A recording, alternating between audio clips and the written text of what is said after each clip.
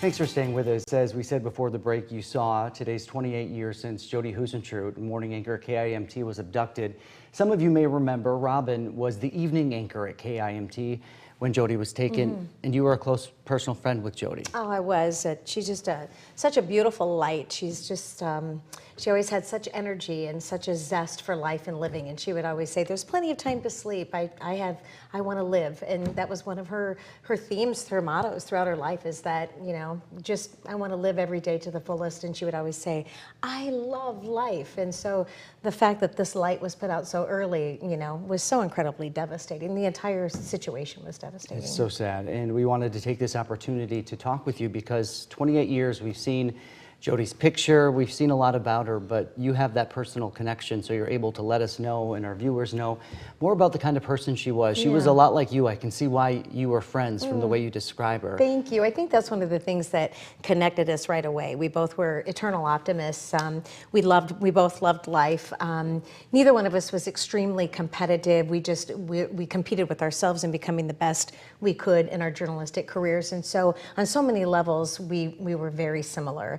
And one of the things I loved most about Jodi was just her outlook on life. She was always so incredibly positive, and her laugh, James. I mean, to this day I can still hear her laugh, and every once in a while we catch it on some of the video when we, you know, revisit the anniversary every year, and it's a laugh that I still cherish to this day. How has it been for you to go through this in the public eye, and just to have such a deep personal loss and to move forward from that? Well, at first, I'm going to say it was exceptionally difficult. I look back even on videos from the newscasts right after her abduction, and I'm shocked that it's me saying that about Jodi. And I'm doing it in a very professional way, but in my heart, I was just crying. I was aching, you know, that it isn't this missing newswoman from Mason City. This is my good friend Jodi.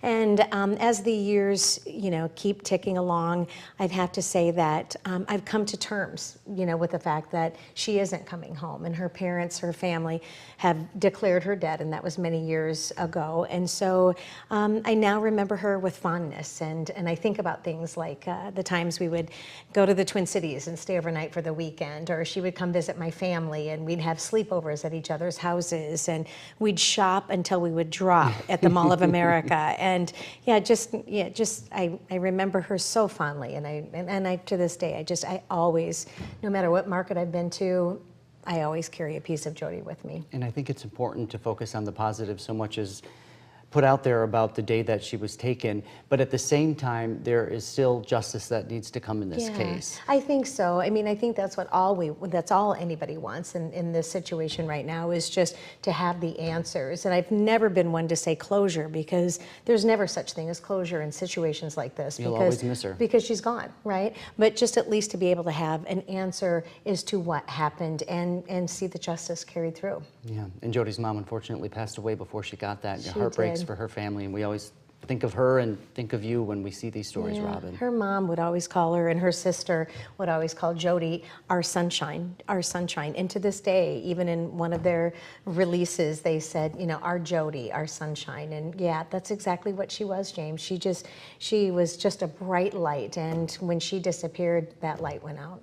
Well, thank you for taking the time to talk with us and sharing those memories, Robin. You bet. Appreciate it. Randy?